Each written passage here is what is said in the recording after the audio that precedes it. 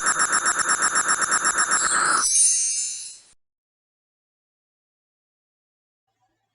day to everyone. I'm Ma'am Jovi. This video talks about drag and drop API in JavaScript. So, explore this fascinating world of human eye anatomy with the engaging grab and drop game created using drag and drop API in JavaScript, HTML5, and formatted using CSS3. Immerse yourself in the intricacies of the eye as you drag and drop anatomical components to their designated areas like this. So we have this one, then which done, you drag it and drop in its designated area. Look at that. When I drop, if this one is correct, it generates 1 point. Okay? However, if you grab something and you drop, if it is incorrect, of course, there is a message incorrect, and of course the score will not increment. So its successful placement earn you a valuable point, encouraging a fun and educational experience. Okay? Okay, close ko lang to. As you can see guys, I have created already 3 files here. I have the index.html, an index script, and an index style. So if I'm going to view the page I created, that is a live server, so wala siyang laman. Only the drag and drop text centered. So I just tested kung nakakabit itong style ko. It's working. And then let's try kung nakakabit itong script ko. Ibig sabihin, if it is properly configured here, okay siya gumagana. So let's try to run. What's the name of the function here? So, tatawagin ko lang to sa console. Meaning to say, if nag-appear if the hello text appears in the console, meaning it's correct. Okay? I properly called the function and I added all the necessary tags to connect the script. Yan. So, dito, let's just call it, yan, dapat mag-appear yung hello. Meaning to say it's correct. Okay, let's start. I am going to view this one, and then of course, let's view first this one, and then, yeah, okay. So, ang gagawin, the first thing that we are going to do, guys, is to add the element, the 4 draggable element, and the 5 droppable elements, okay? So, ganito siya. Start na tayo dito. So, I'll be creating draggable container and droppable container. So, ganito lang. Hindi mo na kailangan mag-create na. Just say dot draggable. So, draggable. Dito natin ilalagay yung 4 divs. Yan. Draggable container. Yan. So, dyan siya. So, draggable. Okay? And then, I will be creating another one. As you can see, naka-live server tayo. So, dot mo lang. Ito naman is droppable. Yan, lalagyan. Okay, droppable container, hit the enter key. Yan. So, for the meantime, lagyan natin ng droppable. So, there you go. I have the draggable and droppable div. Okay, next. Inside this draggable container, we will be creating 4 divs. Apat na divs ang gagawin natin. So, dot, box, okay, 4 na box, times. Kung 4 siya, times 4. Yan, 4. Kung 2 lang siya, times 2, times 3, kung 2. Okay? Para hindi ka na type ng type. Then dito, inside, lalagyan ko lang ng, para may content siya. Box 1, draggable 1 na lang. Sige. Draggable 1. And then, I'll just copy this. Draggable 2, 3, 4. Yan. Tapos sa baba, droppable 1, 2, 3, 4. Kasi, we will be creating drag and drop. Ima-match natin later. Yan. So, this is draggable 2. Bilisan natin. And then, draggable 3. And then, this is draggable 4. Okay. Draggable 4. Now, dito, gagawa din tayo ng 4 na droppable. Okay? So, that droppable. Since draggable yun, gawin na lang natin that droppable. And then, times, apat siya. Times, shortcut po ito. Times 4. So, hit the enter key. Yan. O, lalagyan na lang natin ng content. Droppable 1. Droppable 1. Droppable 2 hanggang droppable 4. So, let's just paste this one to and then 4. Let's just modify. This is 4, and this is 3, and this is 2. Okay? Sige, save. Okay, yan na siya. Okay na siya. The next thing to do is isi-CSS natin yan. Lalagyan muna natin ng border. Yan, itong container at saka yung droppable container. Copy. Yan, i-copy natin siya. Yan, tayo dito. Ayan, this style. Okay? So, it's a class. So, it starts with a dot. Yan. Lagyan lang natin siya ng border. Colon, 1px, solid, o salmon. Later, papalitan natin if it doesn't match. It's okay. Yan. So, meron siya. Next, yung isa naman is draggable container, right? That draggable container. Sabay naman natin ang kulay niya. Border, colon, 1px, solid, blue. Oh, yun. Okay. So, let's try other colors. Oh, ito na lang. Yan. Okay. So, there is na. Later, you will customize this. Draggable container. Let's see, ha?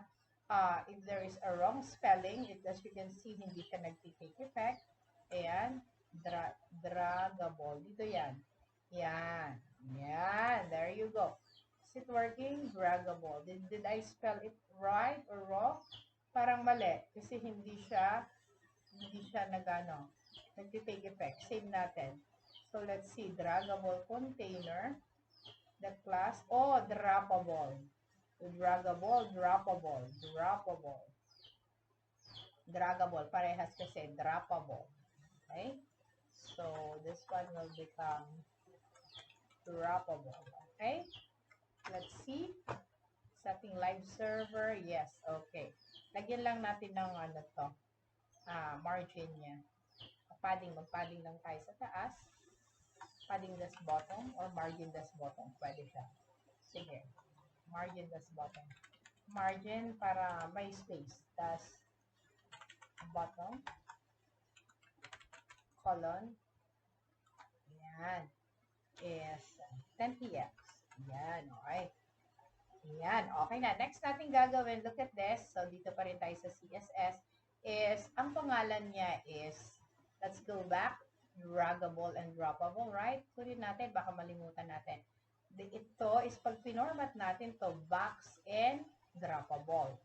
So, box and droppable. Dito tayo.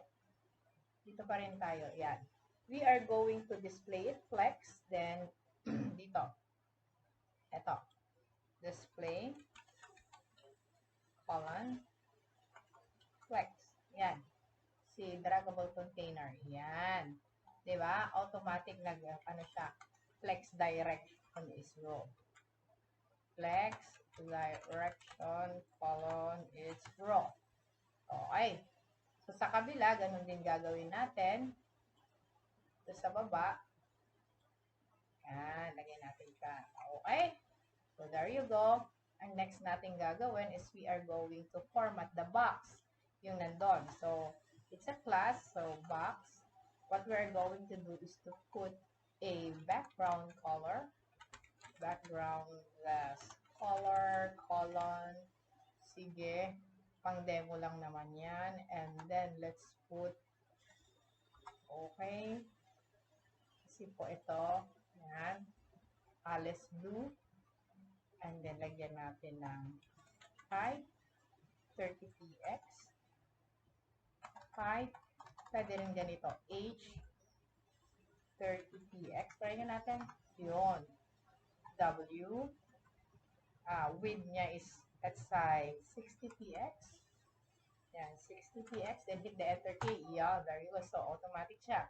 Saan ko nilagay? Sa box. Now, hindi siya nagkaroon ng kulay. Diba? Dapat meron siyang kulay. Ang dagan natin yung width niya is 120. Medyo, ayan, 120. Ayan. But the background color, diba? Bakit wala siyang background color? That background as color. Punta natin, wala siyang background as color. Hindi nag-i-effect. Why? Sige, aqua. Uy, doesn't work. Yun. Okay. So, nagba-background color na siya.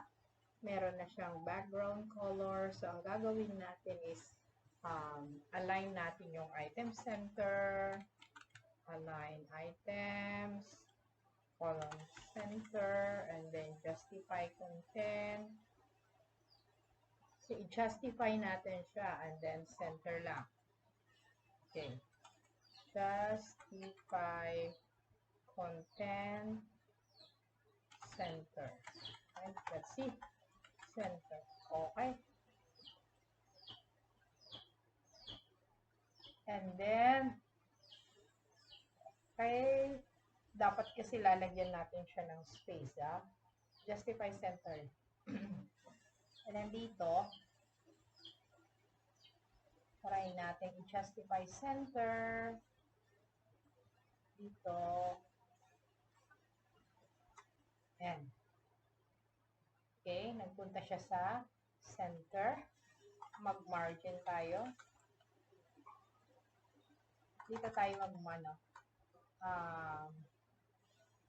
every boxes kasi, diba, dito.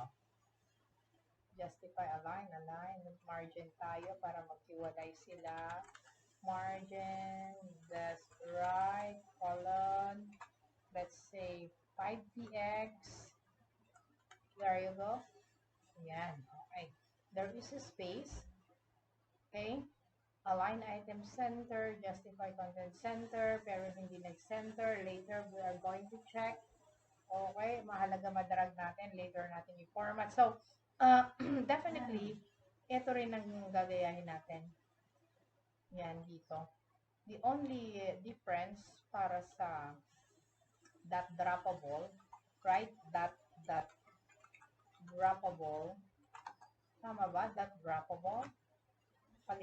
Baguhin natin yung kulay. That droppable, background, this color.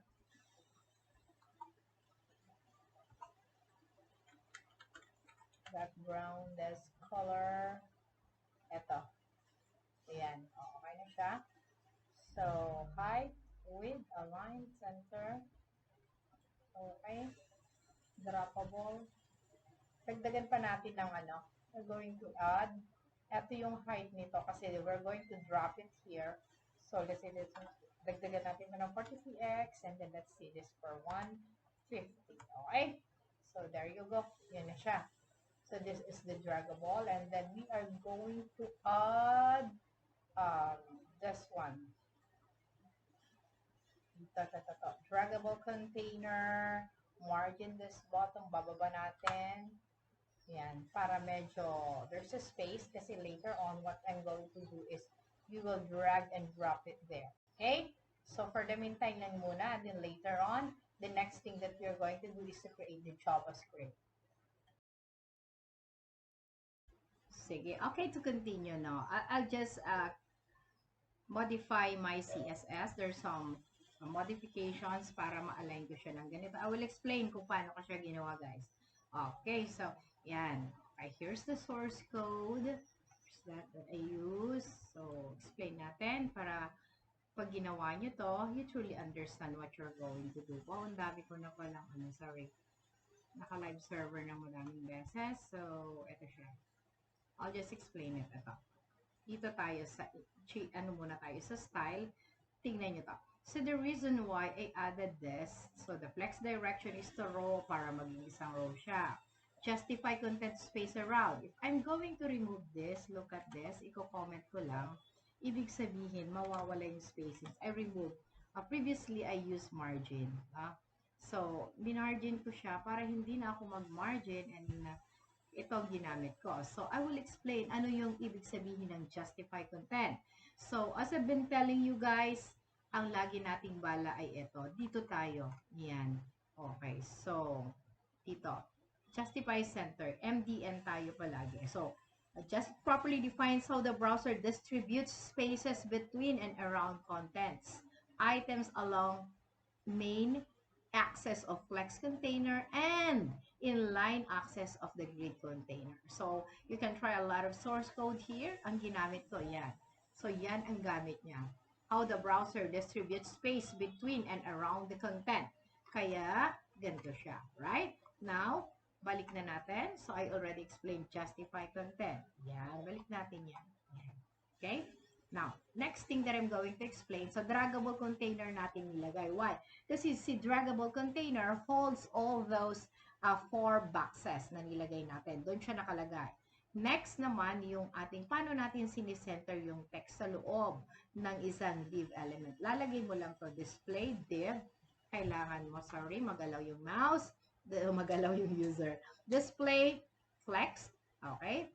Align items, center, justify content center. So, let's go to MDN again. Kaya love ko to eh. Para ka lang nagbabasa ng Java Docs. Kasi pag nag-center ka ng element, isi-center mo siya ng x-axis tsaka vertical axis. Kaya sabi niyan dito, flex box centering box horizontally is simple and straightforward. So, pag nag-center ka pala, kailangan mo lang ito. Yan, ito. Yan. So, ano ang gamit niyan? Libawa, titignan mo yan. Yan. Yan. This one. Okay. Align items, justify content.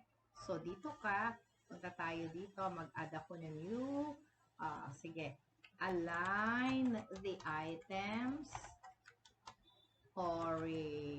item lang, sige, okay lang yan, horizontally, and vertically in a flex div. Okay. Yan. Para at least alam nyo, you're not just using it. Mahalaga yung naiintindihan mo. Ayan. Ito ang gusto kong ipakita sa inyo. Point out, guys. Yan. Yan. Main access.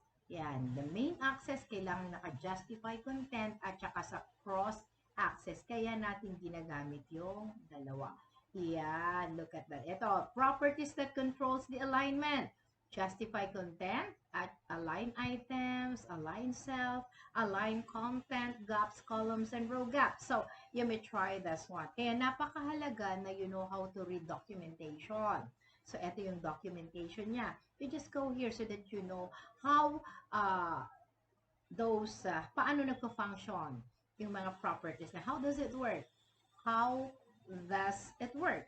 Bawat properties, okay? So, going back, so, ito na nga siya. Yan. Okay, so, ready na siya. Next natin gagawin, we cannot drag this one, di ba? Meron tayo, balikan ulit natin. Okay. Research natin, lagay natin, draggable. Draggable attribute in HTML5. Draggable MDN. So, gusto ko ilagay MDN. Okay. Excuse me. Yan. So, isi-set lang natin to into true. Whether can be dragged either with native browser, blah, blah, blah. So, isi-set mo lang. Dalawa lang yung value niya. Yan. Can have the following values, true or false. When you set it into true, ito, let's go back into our HTML. Ang ida-drag natin, ito yan. Diba? Draggable. Yan. So, dbox, draggable is equal to true. Yeah. We do it once. And then the rest, ipapopulate na lang natin. Okay, ikakopy natin to. And then we can drag na. And then later on, the next thing that we are going to do is the different events. Yun na yung susunod natin, ha? Okay, after doing the structure, we do a little bit of formatting using CSS to enhance the look and feel of the product or the output that we are producing. And then, the next is, lalagyan natin ng draggable and to make it interactive, siyempre, ayan, nag-drag na, draggable na. Ayan, draggable na siya. Okay, so hindi pa nadadrag, draggable na yan. Draggable. Okay? So sila, ito, hindi mo madrag yan. Na. Kasi by default, ang pwede lang nating i-drag yung image at saka yung ano. Meron siya later papakita ko. So, what I want to point out, if you want to drag something, except for image kasi draggable na talaga yun. May tatlo yan na draggable, mamaya titingnan natin. Ito, we are going to set it to true dito. Attribute siya. Again, attribute siya. Okay? Draggable attribute. Okay. Ang next na natin gagawin, guys, is the source, yung JavaScript. Okay, so let's start. So, ito yung ating index scripts. I deleted na yung code kanina na hello function, no? So, create a comment, store the references. Okay. Store natin yung mga, to reference kasi the object para pag tinawag natin, tawagin ko lang siya, store the references. So, let's check first yung mga i-reference ko. Pag tinawag ko tong apat na to, no, tong apat na box na to, they have a class. They have the same class name na box. And then yung pagdadrapan ko, it is droppable, right? So, box and droppable. Wait, para hindi ko malimutan. Dot. So, drop, box, and droppable. Okay. Ito yung sa ida-drag ko, ito yung class name, and then yung pagdadrapan ko is droppable. Did I spell it correctly? Okay, so const draggable draggable element. Alagawin nating draggable element. Let's make it descriptive para maiintindihan ninyo. Though draggable element is equal to document that query selector. Yan.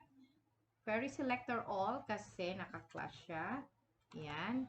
And then, ito. Right? So, lagyan natin ng dot yun sa loob. Since gagamitin ko yun ng dalawang beses, di ko muna ilalagay. Lagay ko lang const. Ilalagay natin yung ID. Droppable element is equal to, okay, copy ko lang to.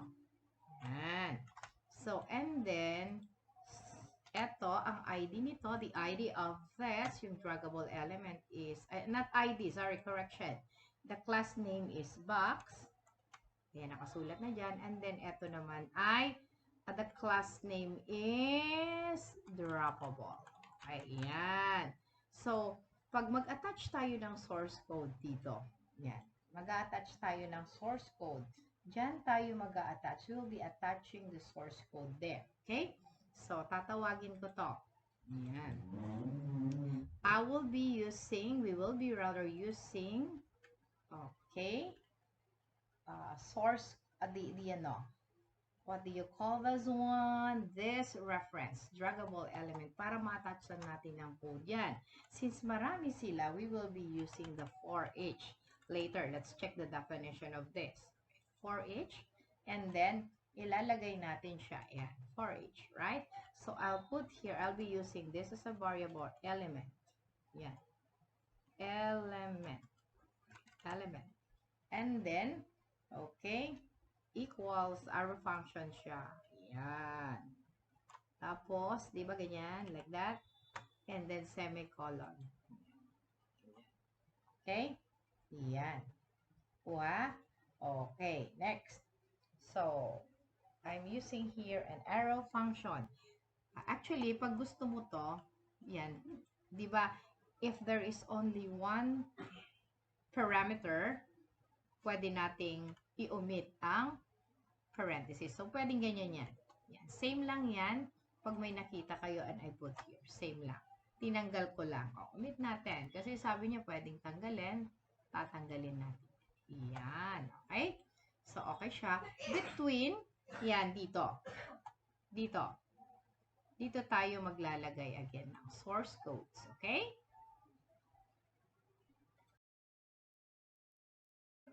Okay, to continue, dito tayo maglalagay ng source code para makapag, tayo, whatever events na gagamitin natin. So, start natin. So, the start, pag gagawa tayo ng game na drag and drop, it is drag start. Diba?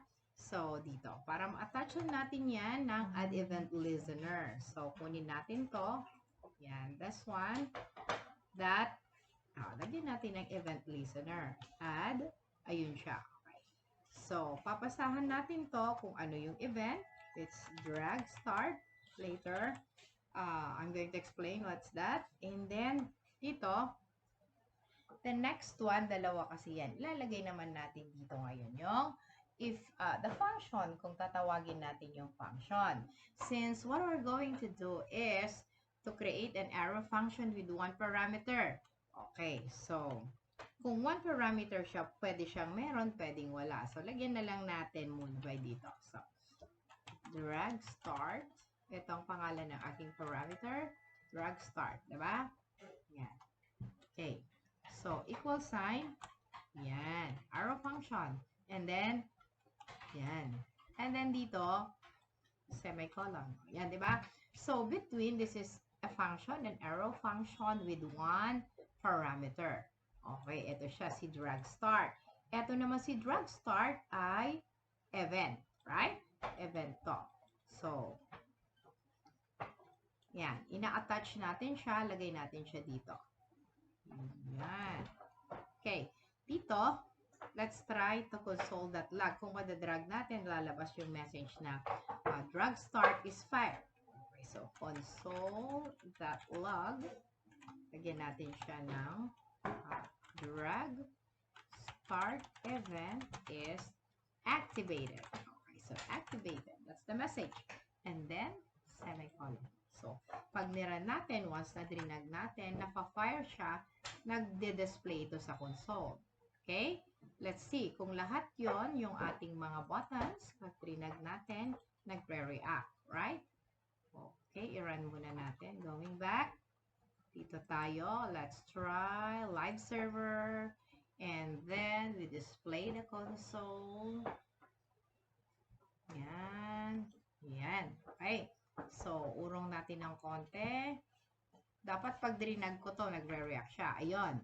Drag start event is activated. Right? So, ito naman. Try natin. Oops. Ayan. 2. Nakita nyo, nag-increment. Yan. Drag start event. O, okay na. So, okay na siya. Activated na yan. Nakabit na natin. So, ibig sabihin, this one, we attach the nag-for loop tayo, in-attach natin yung add event listener instead of doing add event listener to the first div, to the second div, to the third div, and to the fourth div, we use for each loop, right? So, isang tawagan. In-store natin siya dito, nilagay natin yan. And then, we added this, yung add event element. Ito yung variable parameter natin. So, that add event listener, again, this is the event and this is the arrow function. Okay? Next natin gagawin is we are going to store the data. Okay. So, gagamit tayo ng data transfer. So, tingnan muna natin kung ano ibig sabihin ng data transfer. Okay, dito tayo. So, look at this. The data transfer is an object. Okay, you're familiar kasi nung nag-Java tayo, alam nyo kung anong object. Object has, okay, meron siyang constructors, meron siyang properties, at meron siyang methods. So, scroll it down, instance properties niya yan. Ito, instance methods niya. Okay, dito tayo. Itong gagamitin natin. Once, the first na gagamitin pag nag-drag start ka is set data transfer. Pag ida-drop na natin, gagamit tayo ng data transfer.get. So, set data transfer of a given type. If the data for the type does not exist, it is added at the end, such as that the last item in the types list will be a new format. If data for the types already exist, the existing data is replaced in the same possession. Itong gagamitin natin sa drag start. Kapag nag-drag stop tayo, gagamit naman tayo dito. Re-retrieve natin yung data. Okay? So, let's continue. Dito. Yan. Dito tayo. Yan.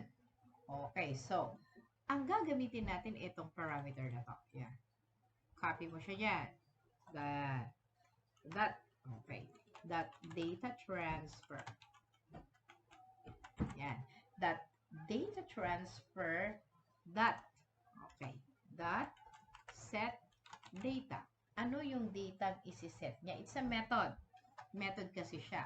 Okay. Titignan natin yung set data. It's a method. Yun.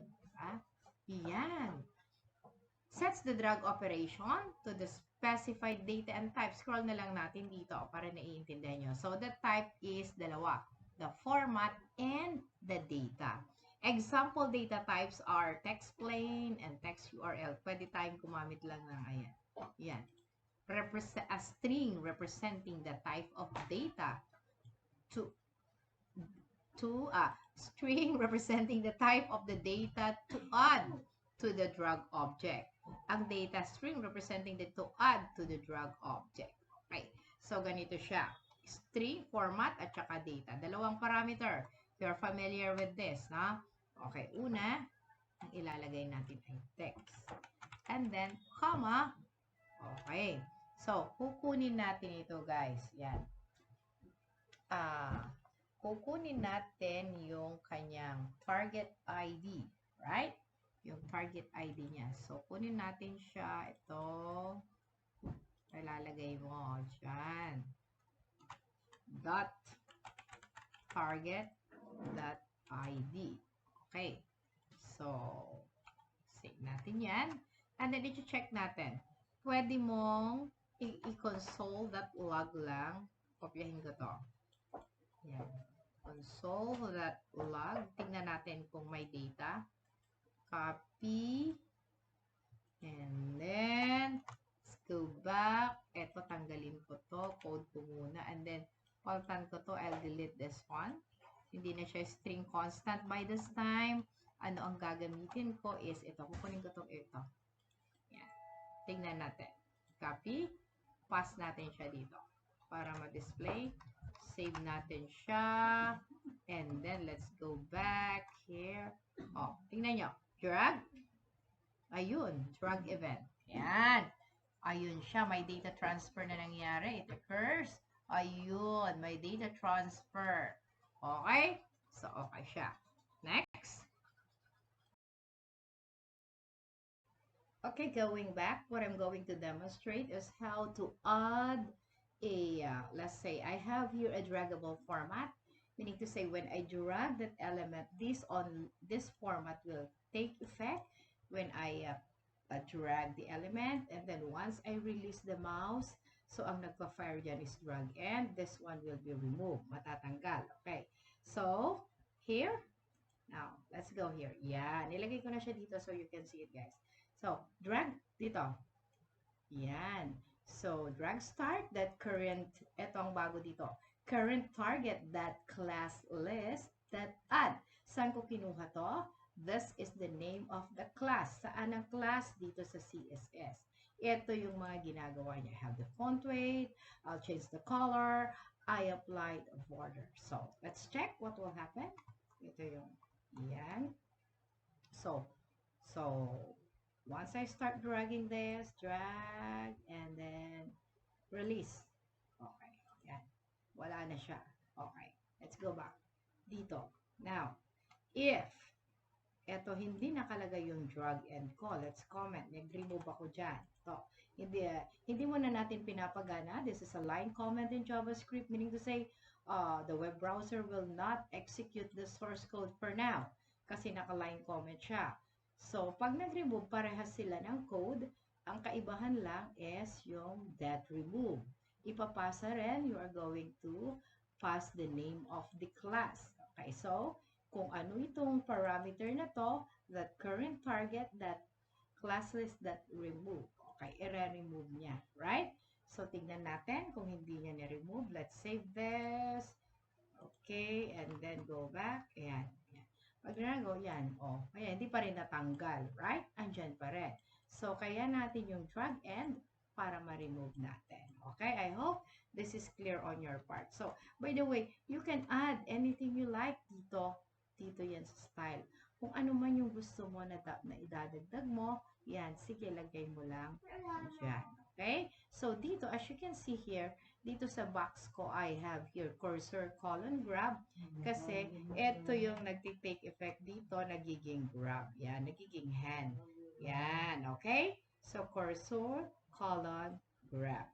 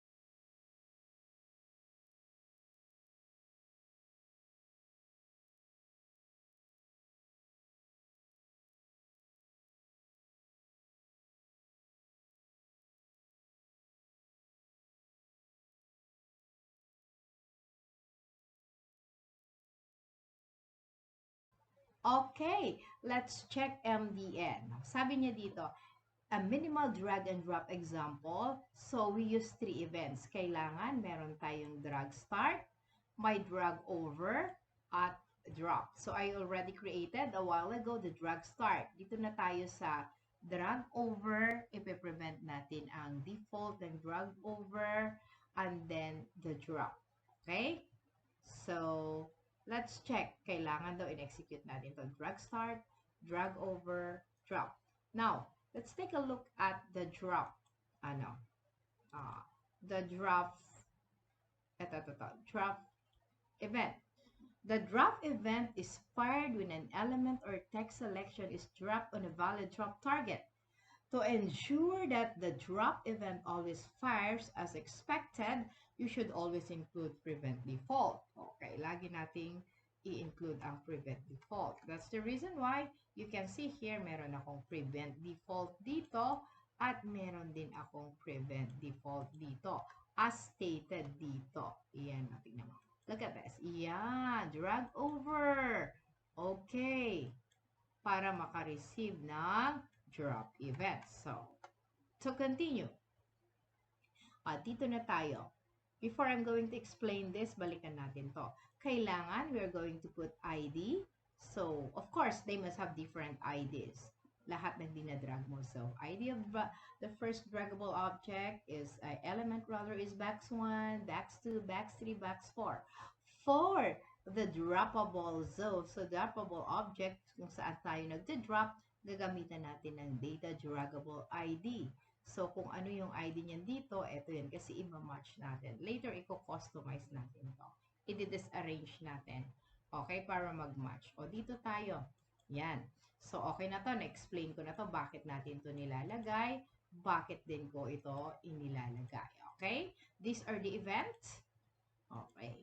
So, as stated, the minimum event, we have the drag, start, drag over, and drop. Okay. So, eto na tayo. Let's continue. Eto, ibig sabihin nito, in-store, we are storing whatever the data that we get, kung anong nakukuha niya. Let's say, for example, trinag ni user ang box. So, yung first element na draggable, dapat yung ID niya ay mag-appear. Kaya naglagay ako dyan ng box 1. So, kung yung second naman, box 2, box 3, to prove that, I have this one, this line of code. Yung console.log. Titingnan natin kung ano ang value nito. Let's run. Nakaran na ba? Yeah.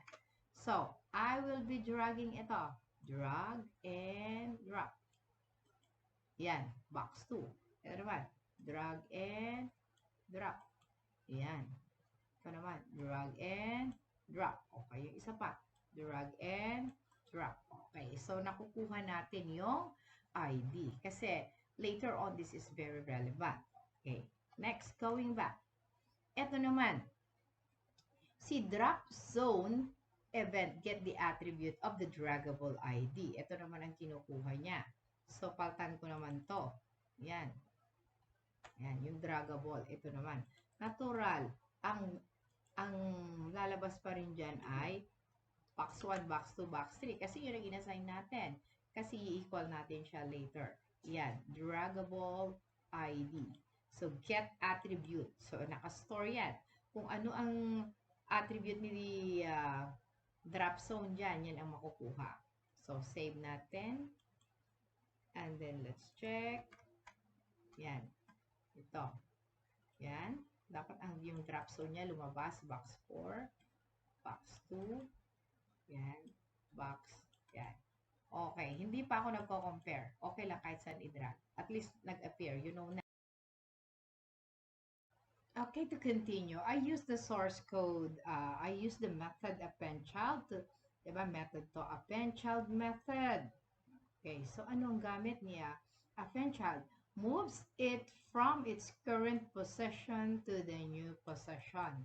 Okay, sabi dito, ginamit ko to, clone node. Method can be used to make a copy of the node.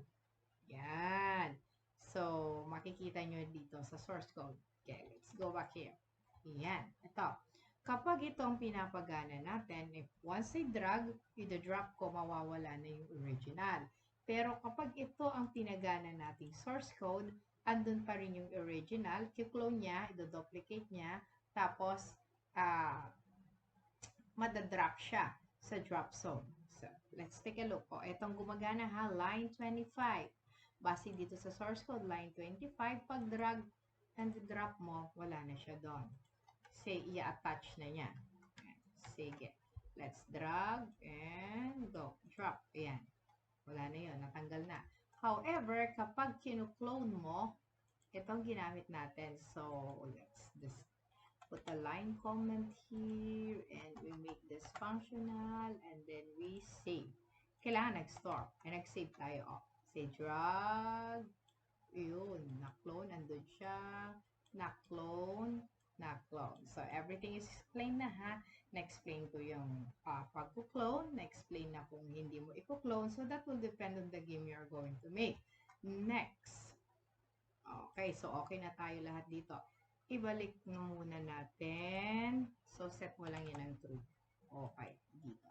Yan. Okay?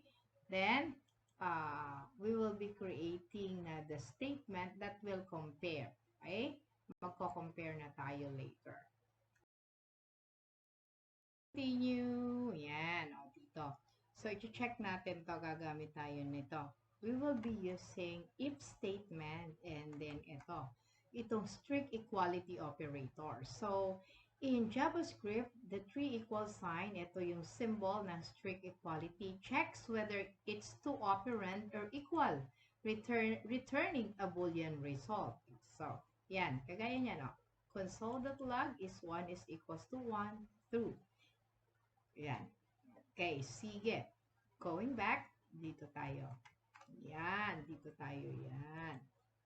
Okay, so i-equal natin to ito. Kung ito ba ay equal to ito, magko-console tayo ng tama. Pero kung mali, so mali nga lagay natin output. I will comment this for the meantime. So, if, yan, if, and then, yan. Diba? In JavaScript, we have the condition, and then there, and then here is the syntax, right? O, para ka lang nagja-Java din. Yan. Okay, so lagyan ko lang to ng end of if. End of if. I used to do this kasi para malaman ko if meron akong naiwanan. Okay, if. So, drop ito. Kung ito ay equal siya dito. Yan, tatlo. Equal siya sa yan. Okay, ini-equal lang natin yung dalawa. Alam mo yung anong laman yan? Box 1 kung box 1, box 2 kung box 2, right? Diba kanina? Kung box 1 drinag mo, box 1.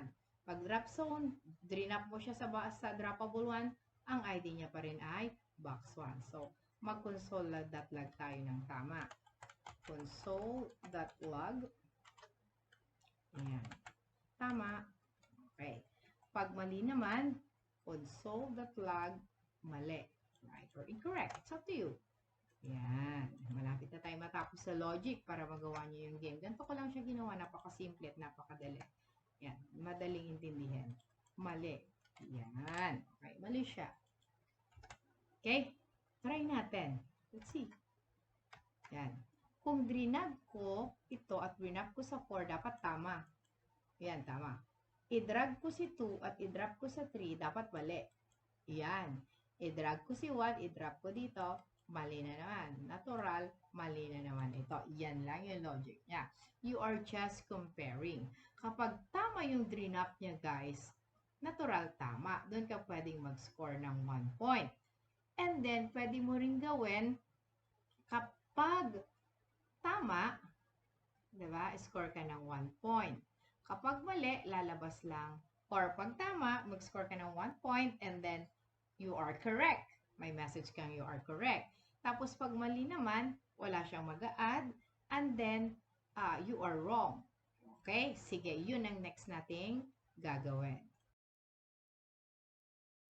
Ayan, so the next thing that we're going to use is the inner text property. So the inner text property of the HTML element interface represents the rendered text content. So para makapagpa-appear tayo ng text, instead of ang gagamitin natin ay yung console, so ang gagamitin ngayon natin dito ay hindi console, kundi let's add some element here, okay? Sige, let's go back. Dito tayo. Natural sa interface natin. Yan, dito. So, I will be adding here one div. Tapos, lalagay ko yung P. Right? Ito. Paragraph sa loob. So, dot, pang display. Class display. Yan. And then, inside, lalagyan ko siya ng kailangan droppable pa rin pala. Why? Para mag-flow siya ng isang ano lang. Pagtan ko ha, droppable. Yan. Para yung CSS niya isa. And then dito ako maglalagay ng T. Yan. T. And then, okay, lagyan natin ng ID na remarks. ID is equals to remarks with S. Yun. Nawala yung kupares. Sobre ng isa. Okay, remarks. Tanggalin naman natin yan. Yan. RA remarks. Okay. So, yan siya. Save natin. So, gagamitin ko to. Ang ID niya ay remarks para mapagpa-display tayo ng text. So, going back dito, saan na siya? Ito. Instead of this, instead of dito sa console, comment na natin yan. Dapat magpa-display tayo doon. So, document it's document .get element by ID and the ID is remarks. Gagamitin natin yung in-explain ko na that inner text is equal to correct or tama. Sige, tama, wikang Filipino. And then yan, tama. Tingnan muna natin kung mag-appear to kung tama. Okay, let's see. Control, save. So, lagay lang natin. Ulit dito. Ay, there's something wrong. Okay, check natin. Meron tayong mali dito. File save natin. Hindi nag-save. Para mawala. Oh, what's happened? Close natin. Close natin. Minsan kasi baka hindi din nag-save dito. Save natin. And then, live server. There you go. Let's check. Wala na siya. Okay na, hindi lang nag-save kanina. Yan. Sige. Console natin. Ito si console. Kurang natin ng konti. Wala na, hindi na natin gagamitin yan. Kasi tinanggal na natin. When I drag and drop here, tama. Ayun, tama. Kapag i-drop ko dito, wala pang mali. Right? I-replace niya yan ng mali. So, add natin. Okay, add natin. So, the code is correct. Mag-score na tayo. Malapit na tayong matapos. And now, then later, magagawa nyo na yung inyong performance test number 3 dito. Yan. Okay. So, ito, comment lang natin to. Right? And ito naman ay mali. Wrong. Mali. Yan. Save natin. So, run natin. Drag tama. Drag mali. Yan. Drag mali. Okay. Sige, drag mali. Okay na tayo. So, next, maglalagay na tayo ng scores. So, bago tayo maglagay ng scores, balik tayo dito sa interface natin. Dagdagan natin ng isa, ay ng content to. So, baba ko to. Yan. Yan. So, I have score. Lagyan natin ito ng remarks. Okay. Remarks na text, colon. And then dito naman is score. And then colon. And then, lagay natin, okay, another P. Diba? Okay, P. And then, ID. Dito na lang yung score. Okay. Ang ID nito ay, sige. So, score na lang din para hindi na tayo mahilo. Right? So, score. Okay. Yan. Let's save. Okay. Lalagay na tayo ng score. So, dito sa index, check natin dito. Global dapat. Dito sa labas natin lagay. Let's score. Let's score is equals to 0. Diba? Paano tayo mag-a-add ng 1? Okay? So, mag-i-increment tayo. Right? Pwede tayong gumamit ng plus equals to 1. Ito, copyhin natin to. Yan. Okay, lagay natin dito. Copyhin natin. Uy, pinaste ko na yan dyan. Wait lang. Yun yung naka-hold kasi ha. Ito siya. Saktong-saktong to. You just duplicate this. Anong papalitan? Natural. The ID. Wait. Let's check. Nakalimutan ko. Ano ba yung ID ng paglalagyan natin para ma-render natin is score. Scores na lang. I-plural natin. Scores. Okay, scores. Tapos, save natin to. File save. Tapos, dito naman, next, scores. Ayan, scores.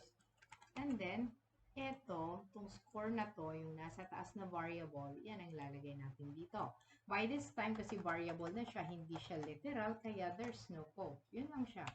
Okay. Offs, wala pang value, di tayo nag-add. Pag tumama siya, yan, pag tumama, dito tayo mag-add. Diba?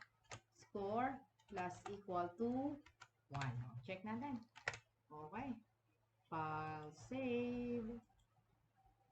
Score plus equal to 1. Yan. Remarks. Uy, nagtabi sila. Okay, wait. Enlarge natin yan. Yan. Okay. Tama. 2. Mali. Hindi nagdagdag.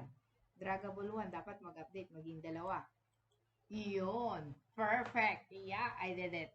Wow, anong oras na? It's almost 1 o'clock a.m. Yan, ginawa ko to guys para makuha nyo ang inyong performance test number 3. Next, i-customize na lang natin siya para i-customize nyo to. So, this is the logic on how you do the performance test number 3, the activity. So, you just customize. So, ito ang minimum requirements niya, i-customize nyo siya. Okay? So, ayan, to continue. O, pang math lang, pang grade 1 lang. Right? Para masagutan ni Nara. Kasi pinalaro ko to. Papalaro ko to. O, yan, ganyan lang guys. Look at this. So, what I did is I put the equation, tapos ginumbled ko lang, i-disarrange ko lang.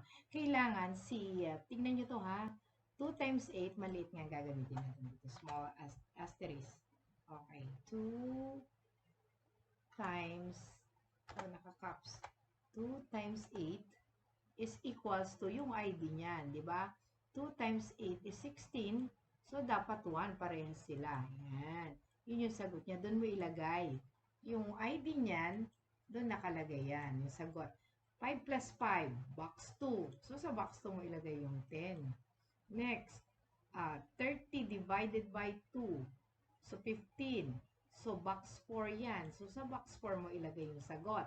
Now, if you play the game, para mag-work siya. Yan. Tingnan nyo, eto na siya. Ay, wala. Hindi pa siya live server. Let's go, mag-live server tayo. Or, dispose natin and go live. Yan. O, ayan na siya. Okay, try natin. Tama muna.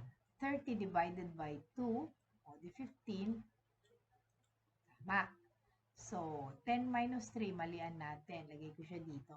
Iyan. O, wala siyang score and the remarks is mali. So, this is the logic on how you are going to do your drag and drop game, your performance task number 2, the deadline of this. Lang, 3 meetings lang ibibigay ko, dapat matapos nyo na. Okay? So, I hope this video tutorial, upon watching this, makakagawa kayo kaagad.